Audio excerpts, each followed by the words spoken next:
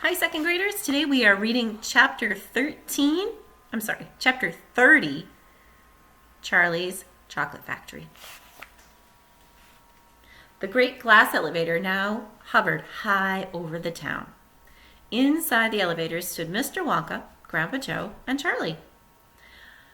"How I love my chocolate factory," said Mr. Wonka, gazing down. Then he paused and turned around and looked at Charlie with a most serious expression on his face. "Do you love it too, Charlie?" he asked. "Oh, yes," cried Charlie. "I think it's the most wonderful place in the whole world."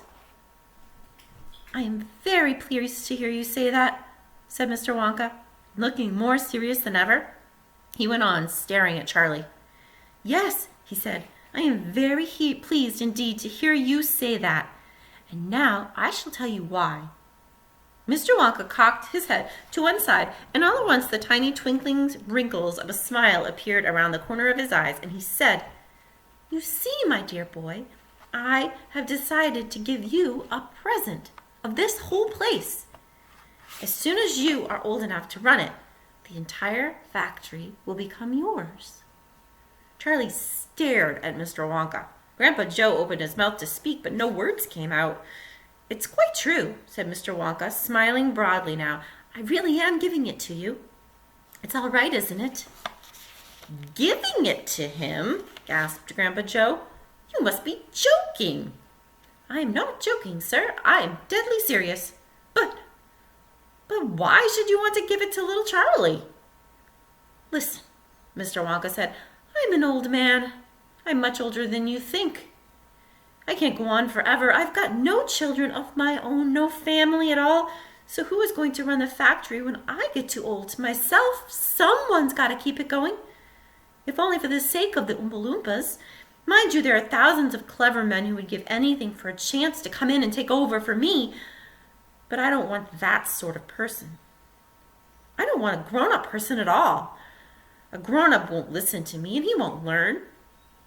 He'll try to do things his own way, not mine. So I have to have a child. I want a sensible, good, loving child, one to whom I can tell all my precious candy-making secrets to, while I am still alive." "So that is why you sent out the golden tickets," said Charlie. "Exactly," said Mr. Wonka. "I decided to invite 5 children to the factory, and the one I liked best at the end of the day would be the winner." "Well, Mr. Wonka," said Grandpa Joe, "do you really and truly mean that you are giving the whole of this enormous factory to little Charlie? After all—" "There's no time for arguments," cried Mr. Wonka. "We must go at once and fetch the rest of the family, Charlie's mother and his father and anyone else that's around. They can all live in the factory from now on. They can all help run it till Charlie is old enough to do it by himself. Where do you live, Charlie?" Charlie peered down through the glass elevator at the snow-covered houses that lay below. "It's over there," he said, pointing. "That little cottage right on the edge of town, the tiny little one." "I see it!" cried Mr. Wonka, and he pressed some more buttons on the elevator, and it shot down towards Charlie's house.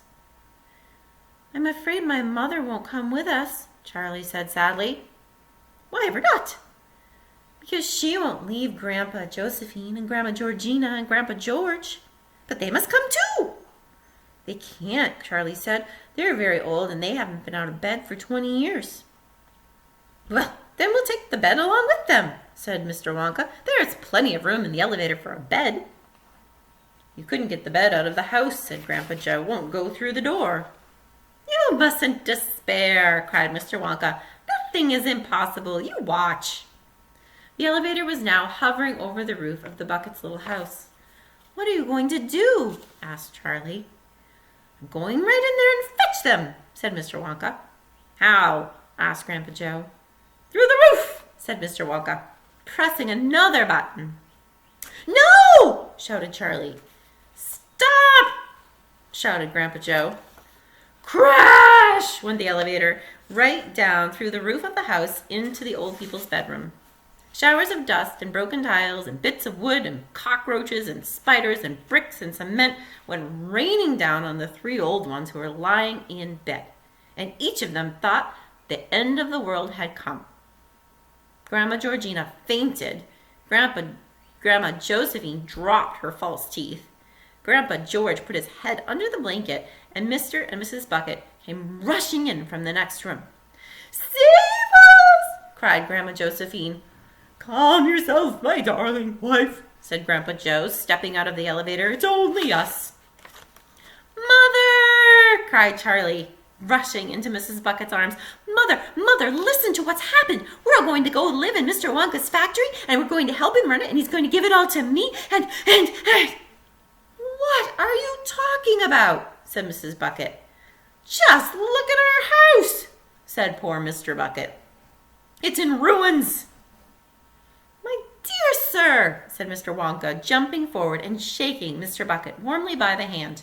"I am so very glad to meet you. You mustn't worry about your house. From now on, you're going to never live in it again anyway." "Who is this crazy man?" screamed Grandma Josephina. "He could have killed us all." "This," said Grandpa Joe, "is Mr. Willy Wonka himself." It took quite a time for Grandpa Joe and Charlie to explain to everyone exactly what had been happening to them all day.